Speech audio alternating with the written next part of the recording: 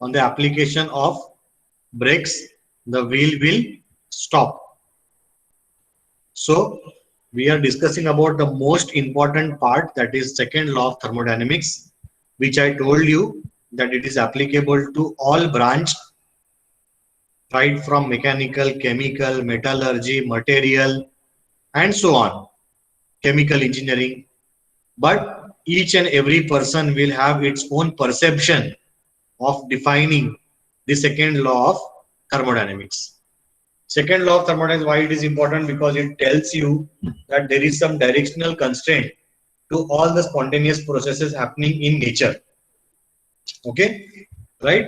Example, I told you that when a wheel is rotated, a rotating wheel is come to rest, on the application of brakes, heat will be generated. But reverse is not possible. If you heat the wheel, it will not start rotating.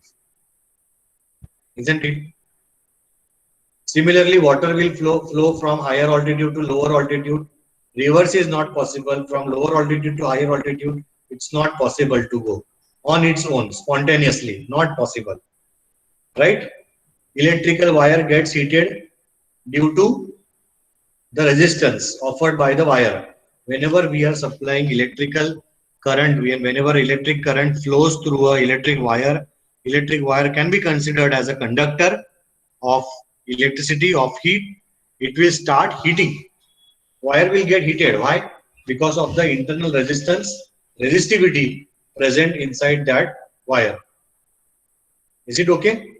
So we have some unique examples which says that there is a directional constraint for the process to take place.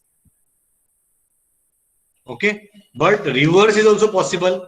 There will be some processes happening in nature which can be reversed, processes which can occur in both directions, in forward direction as well as in the reverse direction or backward direction. What are those processes? Say for example, we have salt water. We take water, we mix salt in it, so forward reaction is there. We can have the brine solution prepared by mixing salt with water. Now if I want to separate it out, backward reaction is also possible. I can just heat it, water will get evaporated and we will get the salt. But whether that salt will have the same crystal structure as that of the previous one, definitely not. So what is the meaning of that? So even though the processes can be reversed, that means the final, initial and final conditions are same. That means we can say that the process is reversed or the process is reversible. But reversible process is not possible. Why? Because it will leave some traces. It will affect the surrounding. Okay, it is going to affect the surrounding. That means if I want to change the state of the system from point 1 to point 2, it is possible. That is called as a forward reaction. Again, if the state 2 comes back to its original position, state 1, without change in external parameters, then we can say that the process is reversible. Okay? But there are very few processes, or we can say there are no processes which will come back to its original position without change in the surrounding. So with this, when we start with second law of thermodynamics, there are some important terminologies that needs to be addressed before we go into the exact meaning of second law of thermodynamics. When we talk about first law of thermodynamics, we say that thermodynamics is all about interaction between heat and work. And first law says that all heat is converted into work, all work is converted into heat. Then if that is not possible for non-flow system, we can say the difference or the change in heat and work is equal to some other property which is called as a delta U, that is change in internal energy. Are you getting the point?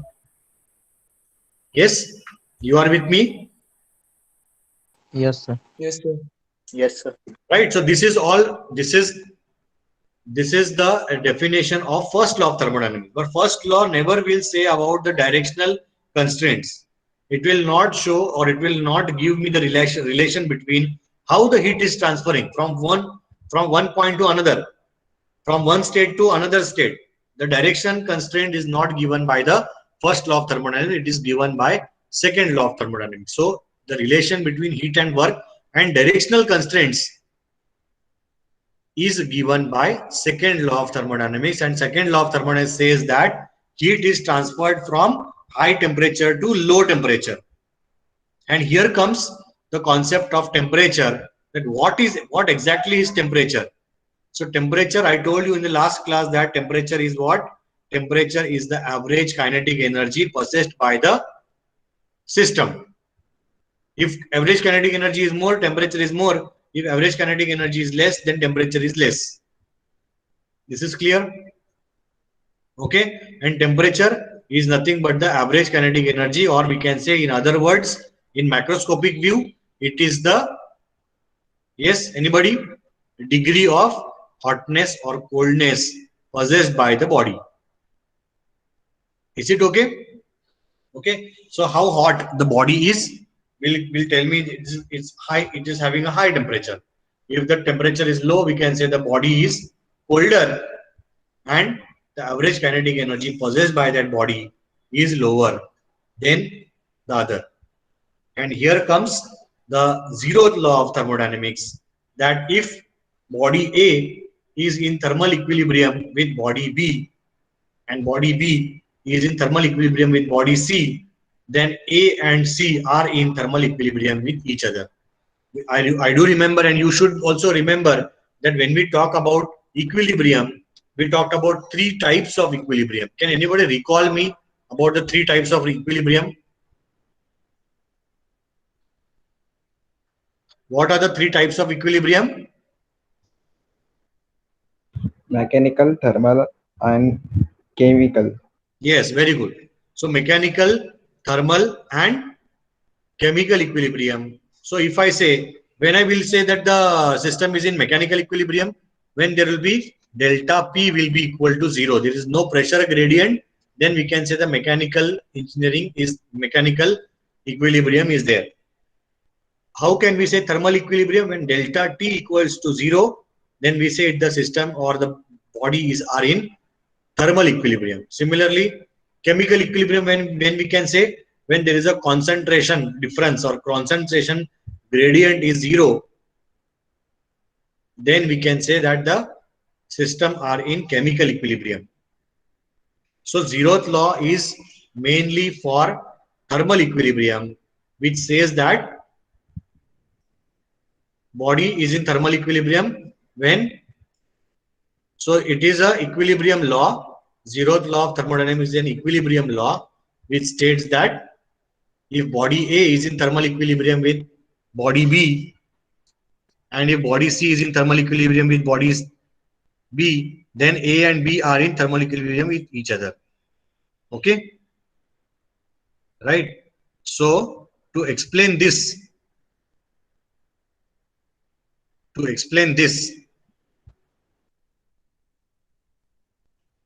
I will use this space.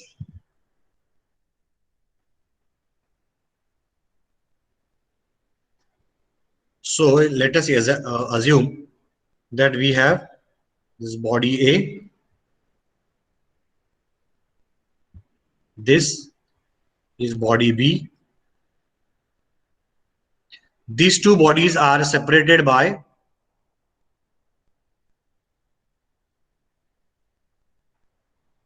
adiabatic wall. What is adiabatic wall?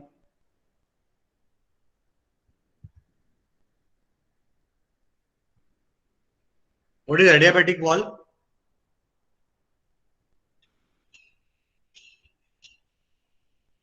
Come on, people. Adiabatic wall. Heat will not transfer from one body to another. Correct, correct.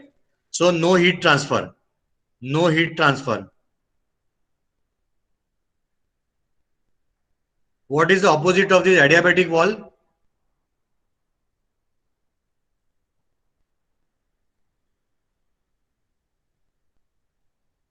Isothermal. Isothermal means constant temperature. It is not equal to or opposite of adiabatic wall. Opposite of adiabatic wall is a dithermic wall.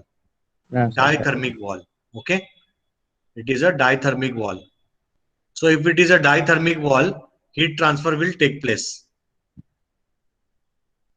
Dithermic wall. Let us say that body A and body B are separated by a dithermic wall. So what will happen at thermal equilibrium? All the properties of body A will be equal to all the properties of body B. Okay. Let us say that body B is now exchanging heat with another body, that is body C. Okay. Then after some time, what will happen? All the properties of body B will be equal to the properties of body C. That means B is in thermal equilibrium with C. Then if that is the case, then A and C, if they are in contact with each other, then what will happen? Then the properties of A and C will also be same. And then we can say that A, B and C are in thermal equilibrium with each other. To understand this, let us say that this is at 20 degrees Celsius. Okay. This is at 40 degrees Celsius. So what will happen if A and B are in thermal equilibrium with each other? Then after some time, body B will reduce its heat because it is in contact with 20, and body A will rise its temperature, which will try to become 40 degrees Celsius. And both the things after thermal equilibrium will come to a temperature of 30 degrees Celsius. Okay. If this is at 30 and if C is at 10 degrees Celsius, then what will happen? Then B and C, if they are coming in contact with each other, then what will happen? This will reduce its heat, whereas this will increase its heat, and that will become 20 degrees Celsius. Okay, and that is the case. Now body B is also at 20 degree, body C is also at 20 degree, and if C and A will come in contact with each other, then its temperature will become 20 degrees Celsius, and there will be no change in the properties of the system. And hence we can say it is called as thermal equilibrium. It is called as thermal equilibrium, and this is what is called as a zeroth law of thermodynamics. What we will say? Zeroth law of thermodynamics. Okay? Clear for everyone? Yes. Shall we move further? Yes, sir. Right.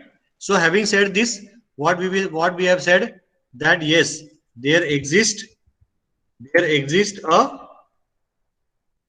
concept called as temperature, by virtue of which there is an interaction of heat and work.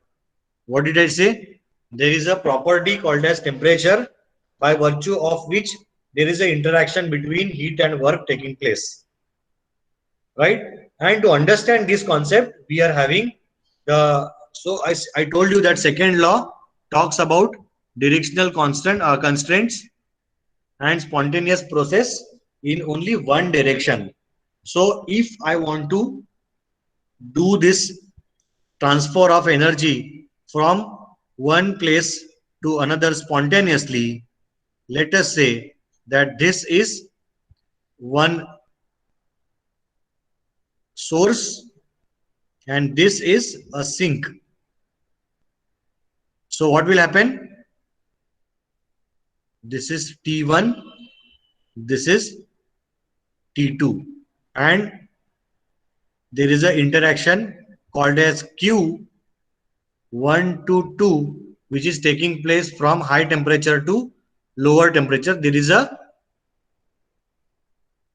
Transfer of heat from heat source to heat sink. Sorry?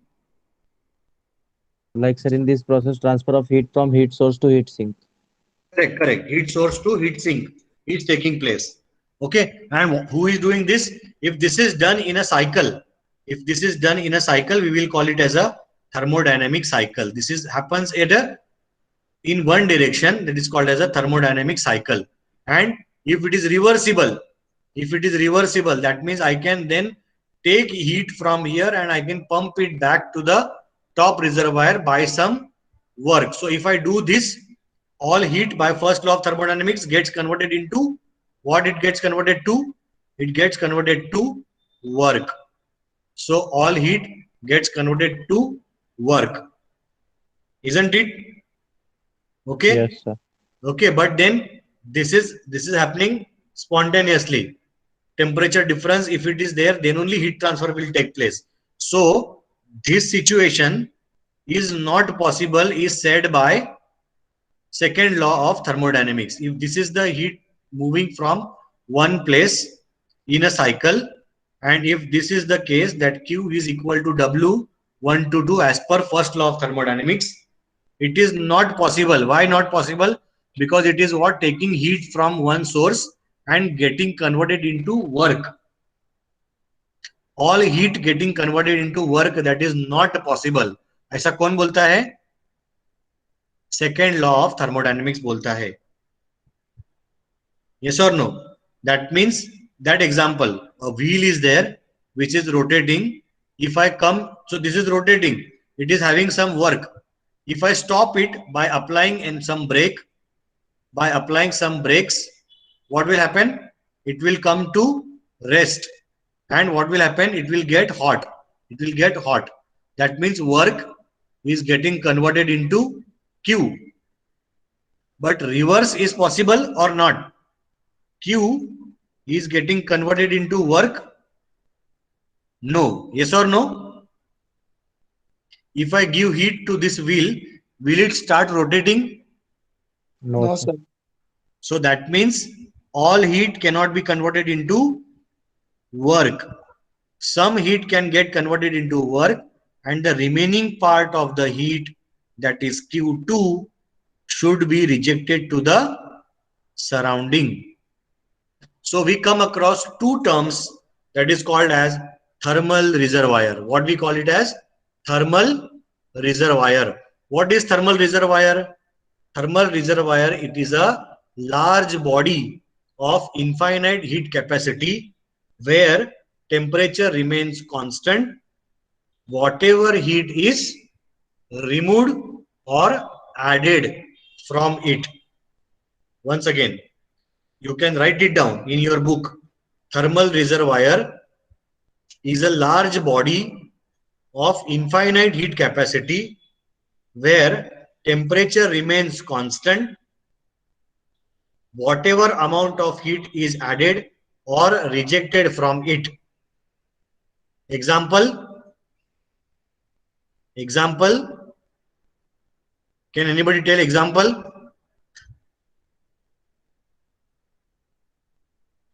Atmosphere, comma, sea, lake, etc. Consider a lake which is maintained at 30 degrees Celsius. If I add heat to the lake, whether that lake temperature will increase or not? It will not increase. Yes or no? Okay, it will not increase. We are taking very small amount of heat from that, or we are putting or rejecting small amount of heat to that. As compared to that, a very large body, it is a large body of infinite heat capacity where its temperature remains same even though if I add or remove heat from it. So if the reservoir from which heat is absorbed, it will be called as source. And if it is a thermal reservoir at which heat is rejected, it will be called as sink. Is it clear? Is it clear about the thermal reservoir? Yes, sir. Yes, sir. Okay, good. Now moving further, we will discuss about heat engine. Okay. So whenever we are discussing this itself is a heat engine. So heat engine is a device which, while working in a thermodynamic cycle, develops work by absorbing heat from high temperature reservoir and rejecting heat to low temperature reservoir. Is it okay? So what can be the diagram? So we have a high temperature reservoir which is maintained at T1, from which heat is taken. Okay, it is operating in a thermodynamic cycle. It is operating in a thermodynamic cycle. We will call it as HE, that is heat engine, which develops work and rejects the heat to the sink maintained at low temperature reservoir. And always T1 is greater than T2. It is a device which, while working in a thermodynamic cycle, develops work by absorbing heat from the source and rejecting heat to the sink, or absorbing heat from high temperature reservoir and rejecting the heat to low temperature reservoir. And always you see T1 is greater than T2. So this W is also called as W net, net work done from the system. So for this, always efficiency is to be calculated. So what is efficiency? Efficiency is the ability to perform or ability to achieve your goal when some stimulus is given. So ability to achieve your work or achieve your job. What is the job done? Job done is the work done. So W net is the work done, that is the output, upon what is the input? Input is Q1. Isn't it? Yes, sir. But what is W net in terms of, if I apply first law of thermodynamics, then W net is equal to Q net. And what is, after applying the first law of thermodynamics, what will be the value of W net? W net will be equal to Q1 minus Q2. yes, Q1 minus Q2 divided by Q1. Hence, efficiency of heat engine will be equal to 1 minus Q2 by Q1. Isn't it? This is clear for everyone? Yes. Yes, sir. Yeah. Clear now? Yes. Okay, good. Then what is reversed heat engine? Heat engine, reversed heat engine. Reverse heat engine means reverse of the same. We have high temperature reservoir which is maintained at T1. We have a thermodynamic cycle, but now it is reversed. Now it is reversed. Reversed means it will consume the heat. And once it was taking out heat from the source, now it will take the heat from the sink. And that will be given by Q2. And this will be given by Q1.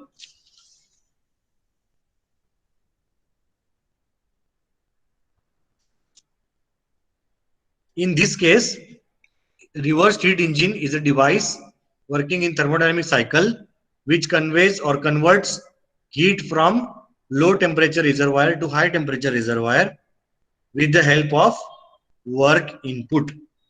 So just see the arrows. Here the arrows were different. Arrows were from top to down because high change of temperature from high temperature to low temperature, and on the expense of that work is done. But if I want to remove the heat from the sink and supply the heat to the surrounding, here there are two possibilities. एक तो क्या है? What is the first possibility? To remove heat from sink. And what is this purpose? Remove heat from source.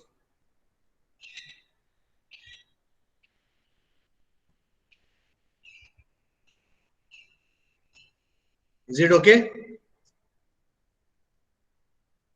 Yes, sir. So here what we will get the expression as W net plus Q2 should be equal to Q1. Is it okay? Yes, sir. Right. So on the basis of this reversed heat engine and reversible heat engine, please do not get confused. Reversible heat engine is a heat engine with highest possible efficiency.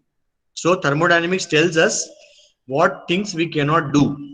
We cannot have efficiency of heat engine greater than reversible heat engine, isn't it? That we will see later on. Which will be proving us the Carnot theorem and also Carnot's inequality.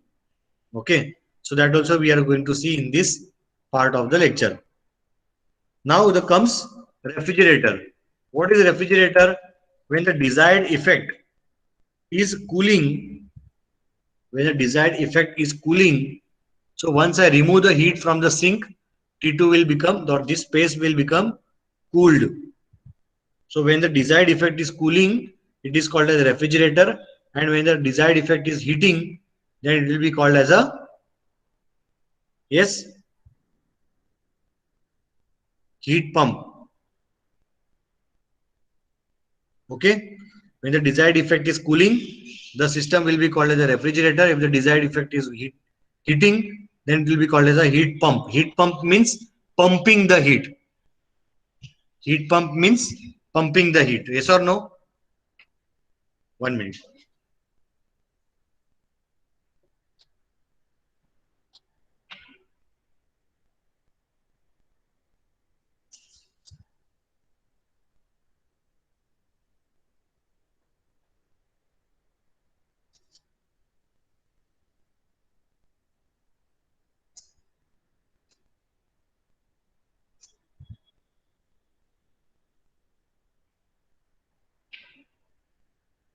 Any doubt till now?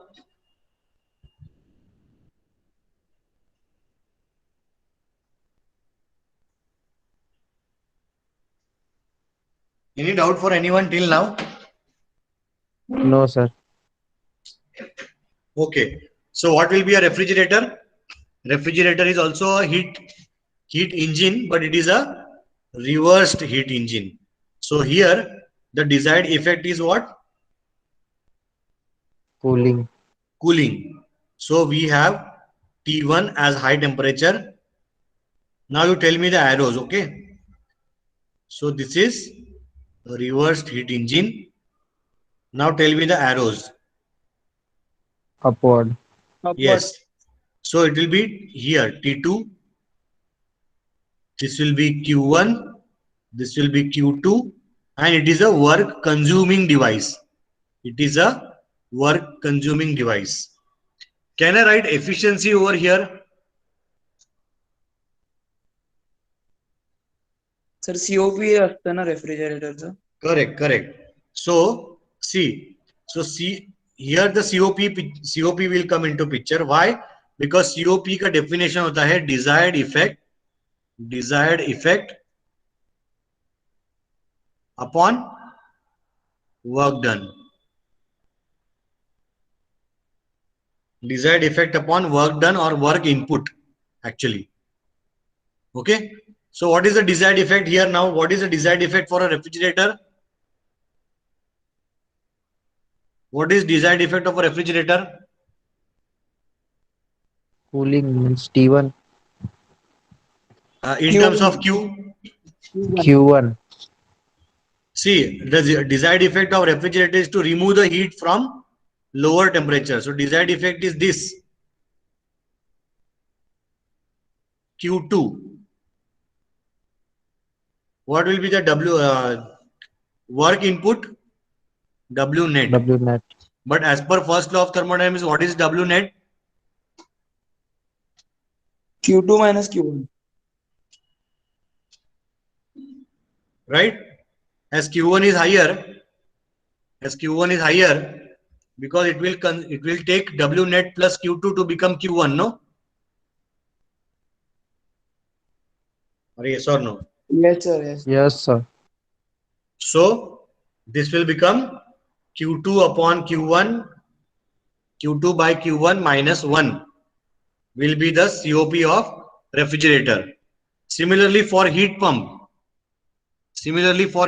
what is the desired effect? Now we will see. Same diagram we will draw. T1, this is reverse heat engine, which is a work consuming device, that is W net. It will take heat from lower temperature T2. It will give Q1 as to the high temperature. But what is desired effect now? Q1. Yes, correct. So desired effect is to heat the system. Desired effect is to heat the system, this one. Whereas here desired effect is cool the system, that is this one. So that means my desired effect is what? Q1 divided by W net. Barabar? So it will be Q1 divided by Q2 minus Q1. Q1 minus Q2, no? Yes, sir. Yes, sir. Yeah. Q1 minus Q2. Okay? This is okay? So what will be the relation between coefficient of performance and what will be the relation between COP of refrigerator and COP of heat pump? COP of refrigeration is equal to Q2 upon Q1 minus 1. Q1 minus Q2, and COP of heat pump is equal to Q1 upon Q1 minus Q2. Q1 upon Q1 minus Q2. So if I add plus 1 to refrigerator, it will become Q1 upon Q1 minus Q2. Yes or no? Yes, sir. So we have the relation as COP of heat pump is equal to 1 plus COP of refrigerator. Yes or no? Yes. Yes, sir. इतना तक तो clear है? Yes, sir. So let us summarize what we have done till now. What we have said, that the first law of thermodynamics talks about the interrelation between heat and work. So heat and work, interchangeability between work and heat is possible. That means all heat can be converted into all work can be converted into heat, whereas all heat cannot be converted into work. Yes or no? That gives the directional constraint to the spontaneous processes happening in the nature, and that law which governs this process is called as the second law of thermodynamics. To understand second law of thermodynamics, what we have put the directional constraints, that whenever there is a heat and work interaction taking place, there is a heat rejection to the surrounding, and we talked about a reversible cycle in which the initial and final states are reversed without compromising the surrounding value. Okay, and such processes are difficult to happen by not changing the conditions of the environment or surrounding. So that is why we considered as a thermal equilibrium happening, and we have discussed the second law of thermodynamics on the basis of this. Then we come across the terms called as thermal reservoir, which is nothing but a thermal reservoir is a, yes, anybody? Thermal reservoir is a body with infinite heat capacity, capacity. where temperature remains constant whenever heat is added or ejected from it. And we have two such types of thermal reservoir. A thermal reservoir from which heat is taken is called as source, and a thermal reservoir at which heat is given, that is called as sink. Okay. Then we talked about examples of this thermal reservoir, which is atmosphere, sea, rivers, lakes, etc.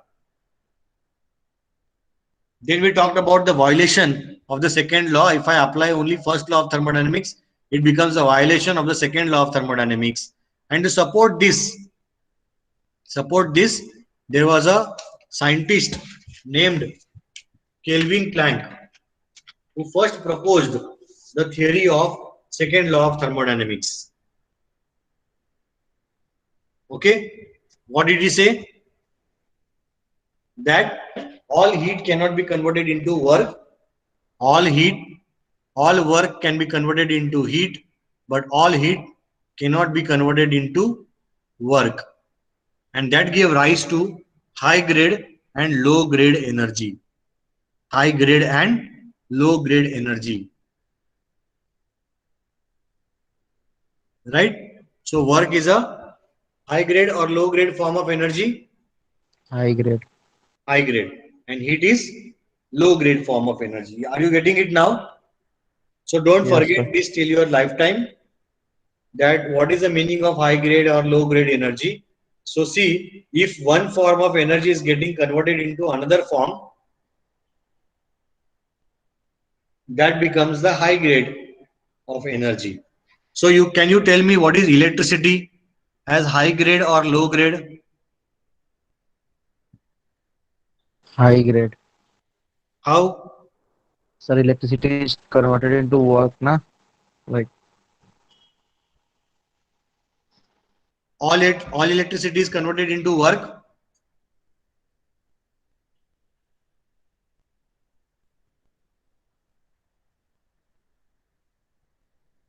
All electricity is not getting converted into work. Why? Because some form of heat will be released by the equipment. Yes or no? yes, sir. Right?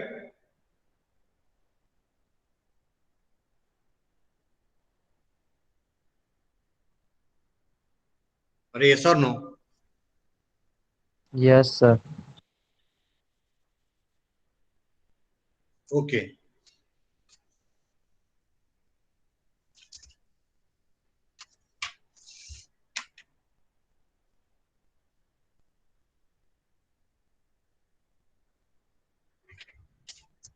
So now we will start with Kelvin Planck's statement for second law of thermodynamics.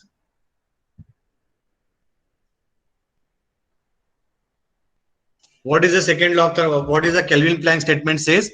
It is impossible to construct a heat engine working in thermodynamic cycle to produce work continuously, okay, without exchanging heat with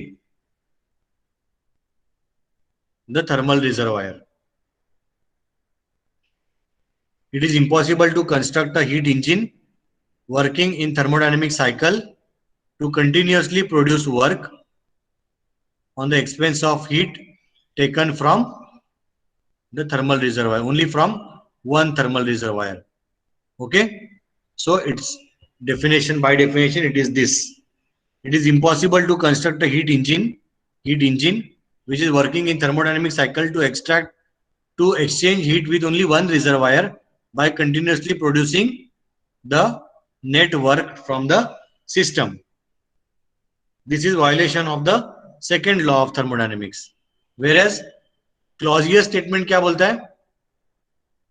What is the Clausius statement says?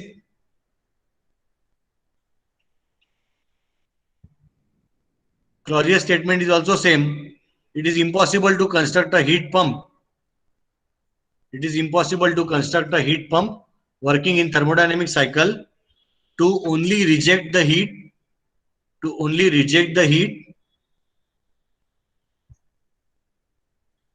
to the surrounding without exchanging the heat with the source. Okay. Understood both the statements? One you have to remember, for Kelvin Planck statement is always heat engine, and for Clausius statement it is always heat pump or reversed heat engine. Reversed heat engine. Do not get confused with reversible heat engine. It is a reversed heat engine. क्या बोलते हैं Kelvin Planck statement? It is impossible to construct a heat engine working on thermodynamic cycle to exchange the heat with only one surrounding by continuously producing the work output. Whereas Clausius statement क्या बोलता है? It is impossible to construct a heat pump working on thermodynamic cycle to interact with only one surrounding by continuously producing the work. Is it okay? Now to prove equivalence of the two statements, to provide equivalence of two statements, the violation of first statement implies or gives violation to of the second expression, then we can say both the laws are same.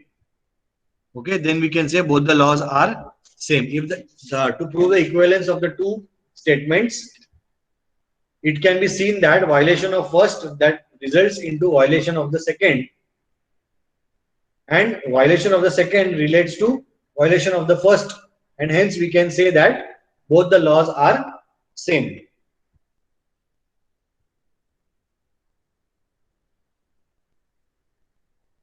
Isn't it? So Yes, let us sir. prove, yes, but let us prove the violation of, or we can say equivalence of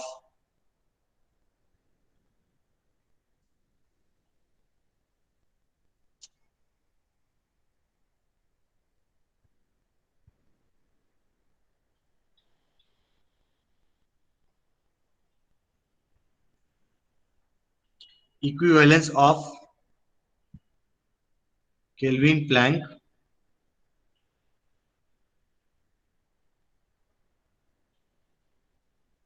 and Clausius statement.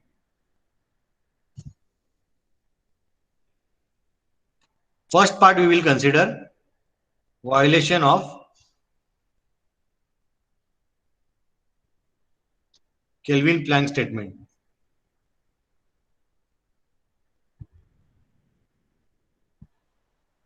What is Kelvin-Planck statement? Says that it is impossible to construct a heat engine working on thermodynamic cycle, exchanging heat with the only one reservoir by converting all work into producing work.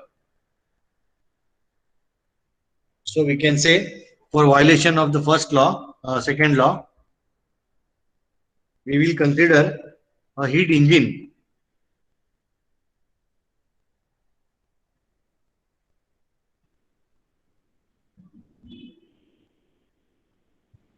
extracting heat from the source without reacting heat to the surrounding.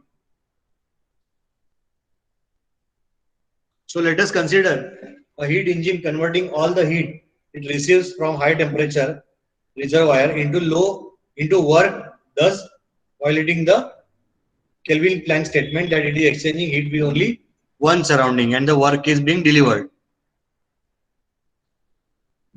Let us also consider a heat pump working between same thermal reservoir. Okay, it is observed that it is working under same reservoir, that is T2, and what is that? Heat pump.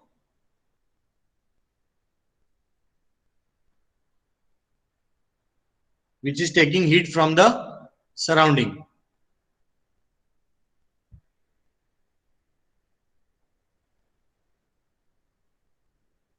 Let us say this is Q2 and this is work consuming device. This is Q1, this is T2.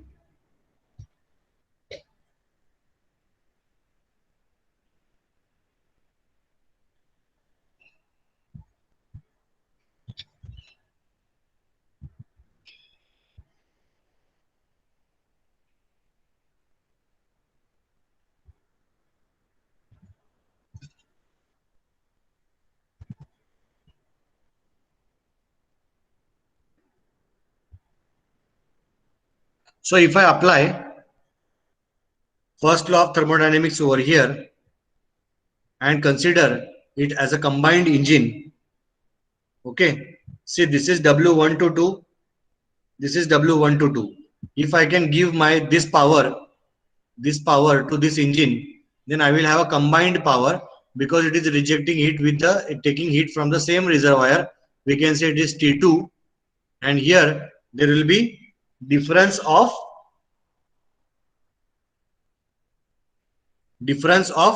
temperature. How? See, if this is W1, W1 to 2, what about this?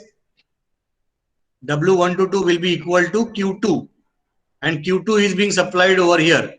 So Q2, okay, Q2, and this is Q1.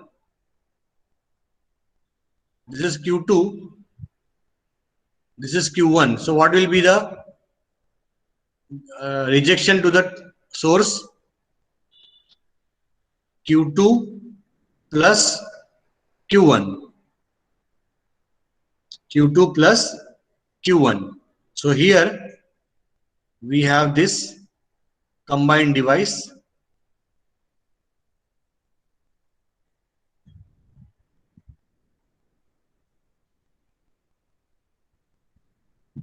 From combined device, you can see now up, which is going from lower temperature to higher temperature is only Q2. And here, what else is going?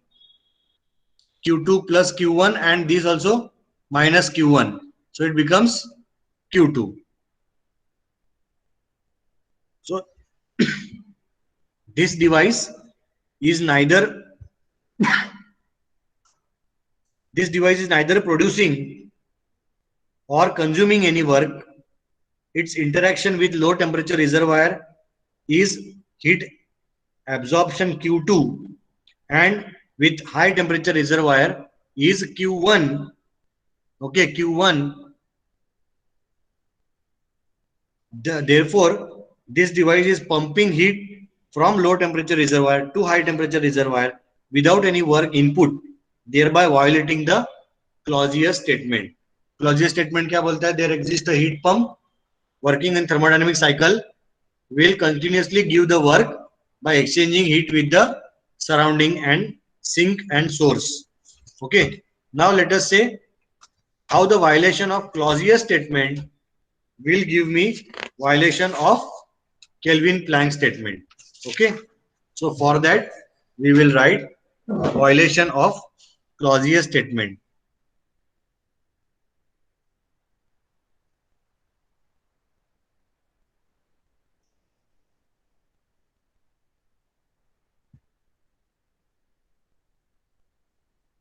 So let us consider high temperature reservoir T1. There is a heat engine.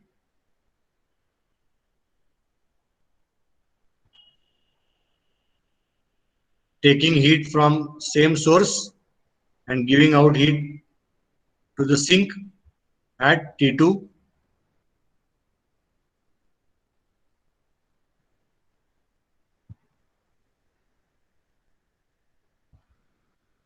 So let us consider one more heat pipe which is also operating at the same temperature difference.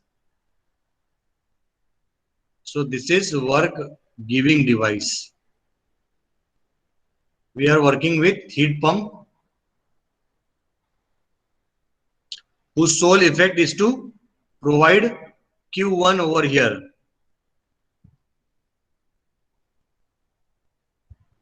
And Q2 over here, which is a sink. So let us consider a heat pump abstracting heat Q2 from the low temperature reservoir and pumping it to the high temperature reservoir without any work input, thus violating the Kelvin-Planck statement. Let us also consider an heat engine which is supplied heat input of Q1 from high temperature reservoir, does work W equal to Q1 minus Q2 and rejects heat Q2 to the low temperature reservoir, thus satisfies the Kelvin-Planck statement. Now to analyze this device is producing work, that is W equal to Q1 minus Q2.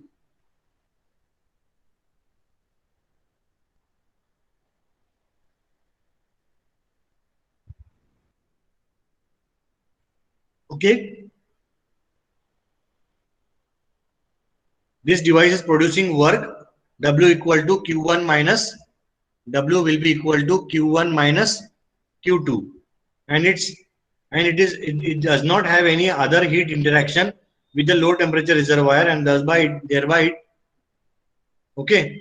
So we will now analyze that this is a T1, this is T2, and there is a combined cycle.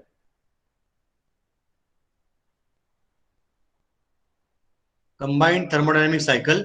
From T1, what is coming? Q1 minus Q2. Q1 minus Q2. Okay, so what will be the delivery? Delivery 1 to 2 will be equal to Q1 minus Q2 as per first law of thermodynamics. So there is no heat interaction between the sink. So it is what showing that the temperature is causing the combined cycle to generate work without rejecting heat to the surrounding. Thereby, it violates the Kelvin-Planck statement.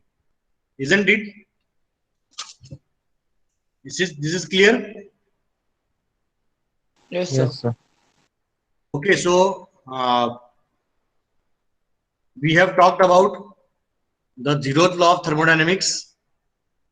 Zeroth law of thermodynamics, some important terminologies related to second law of thermodynamics, which is the directional constraint is there, and spontaneous reaction we have discussed, and we have also understood why that work is a high grade energy and heat is a low grade energy.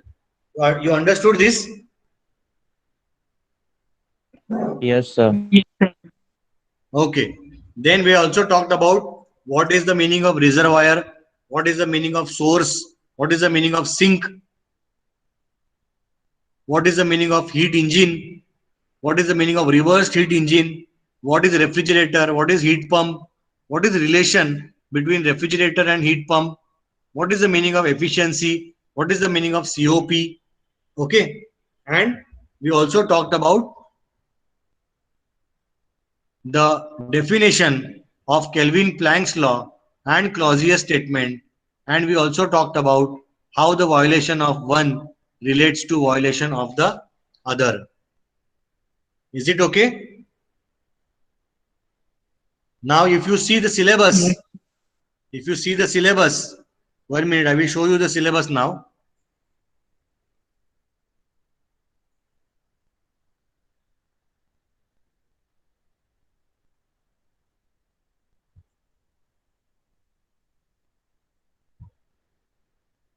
You are able to see the syllabus? Yes. We are into module 2 now. In module 2, second law of thermodynamics के अंदर लिखा हुआ है perpetual motion machine of the second kind. Then Carnot cycle, Carnot theorem. ये तीनों में से आज हमने एक भी चीज डिस्कस नहीं किया. Yes or no? Yes, sir. Yes, sir. But do you believe that if I give you definition of perpetual motion of second kind, Carnot cycle and Carnot theorem, whether it will be justified by not explaining what is second law of thermodynamics, how it is related by some scientist, how it is correlated, what is the meaning of directional constraints, what is the meaning of spontaneous process, what is the meaning of reversible process, what are the causes of irreversibility. अगर ये सब मैंने आपको नहीं बताया तो आपको ये समझेगा ही नहीं एंट्रोपी क्या है, अवेलेबिलिटी क्या है. Yes or no? Yes. Okay, so no problem. We have started with module number 2. Okay, in the next class we will discuss about perpetual motion machine of the second kind, Carnot cycle, Carnot theorem. So tomorrow I require one lecture. So if you have a free lecture, please ask me to engage that. Is it okay? Yes, sir. Yes, sir. Yes, sir. Okay, so we will continue from there. Actually, sir, Carnot cycle, Carnot theorem ये topic जल्दी जल्दी हो